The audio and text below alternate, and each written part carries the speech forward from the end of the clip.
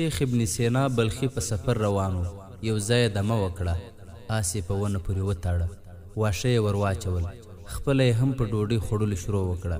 یو کلیوال چې پر خره سپور و راغی، خپل خر یې د شیخ له آس سره وتاړه چې تر څو خواړه ورسره وخوري.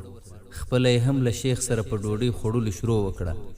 شیخ ورته وویل: خر دې زما له آس سره نږدې مه تړه، هسې نه چې په لغته یې ووهي او پښه یې ورماته کړي. کلیوال د شیخ پر خبر غوږ ونه ګرځاوه، په ډوډۍ خوړلو بوخت سو. ناڅاپه آس لغتې وشړلې. کلیوال نارې کړې: ستا آس زما خر راګوډ کړ. شیخ چپ پاتې سو، ځان یې پر ګونګیتوب واچوه. کلیوال عرض پرې وکړ، شیخ یې محکمې ته کش کړ.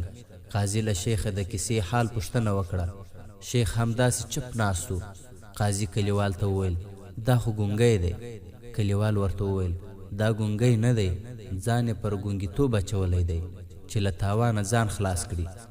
مخکې هم زما سره خبرې وکړې.